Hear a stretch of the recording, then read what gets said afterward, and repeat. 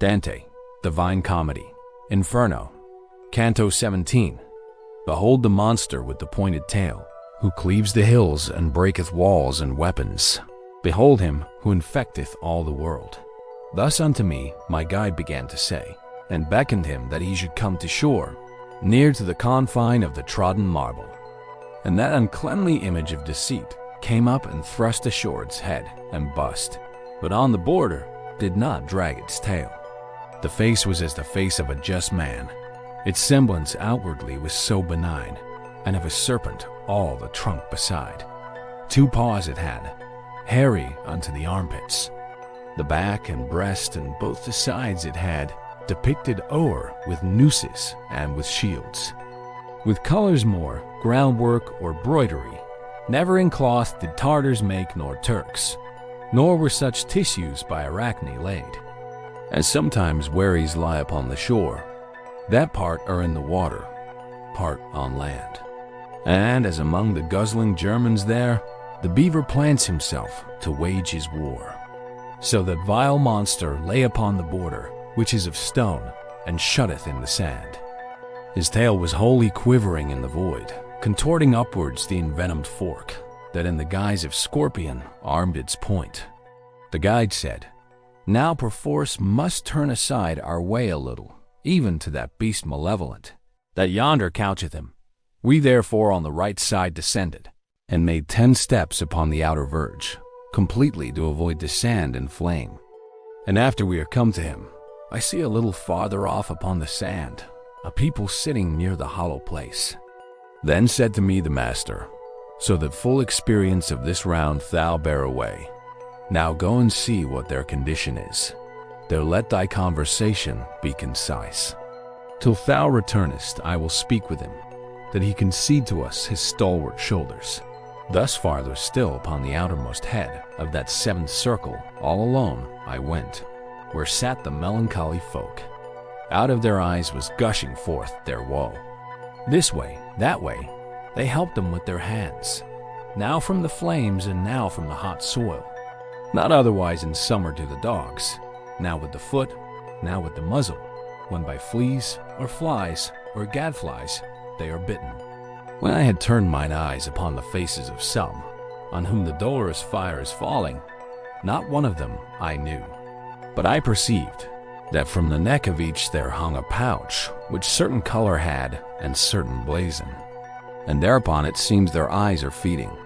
And as I gazing round me come among them, upon a yellow pouch I azure saw that had the face and posture of a lion. Proceeding then the current of my sight, another of them saw I, red as blood, display a goose more white than butter is. And one, who with an azure sow and gravet emblazoned had his little pouch of white, said unto me, What dost thou in this moat? Now get thee gone. And since thou art still alive, know that a neighbor of mine, Vitiliano, will have his seat here on my left-hand side. A Paduan am I with these Florentines. Full many a time they thunder in mine ears, exclaiming, Come the sovereign cavalier, he who shall bring the satchel with 3 goats. Then twisted he his mouth, and forth he thrust his tongue, like to an ox that licks its nose. And fearing lest my longer stay might vex him who had warned me not to tarry long, backward I turned me from those weary souls. I found my guide, who had already mounted upon the back of that wild animal, and said to me, Now be both strong and bold. Now we descend by stairways such as these. Mount thou in front, for I will be midway, so that the tail may have no power to harm thee, such as he is, who has so near the ague of quartan that his nails are blue already, and trembles all but looking at the shade. Even such became I at those proffered words. But shame in me his menaces produced, which make a servant strong before a good master. I seated me upon those monstrous shoulders. I wished to say, and yet the voice came not, as I believed, Take heed that thou embrace me.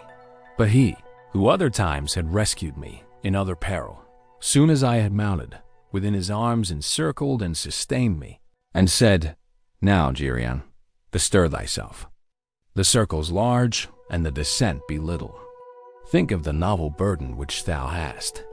Even as the little vessel shoves from shore, backward, still backward, so he thence withdrew. And when he wholly felt himself afloat, there where his breast had been he turned his tail, and that extended like an eel he moved, and with his paws drew to himself the air. A greater fear I do not think there was what time abandoned Phaeton the reins, whereby the heavens, as still appears, were scorched.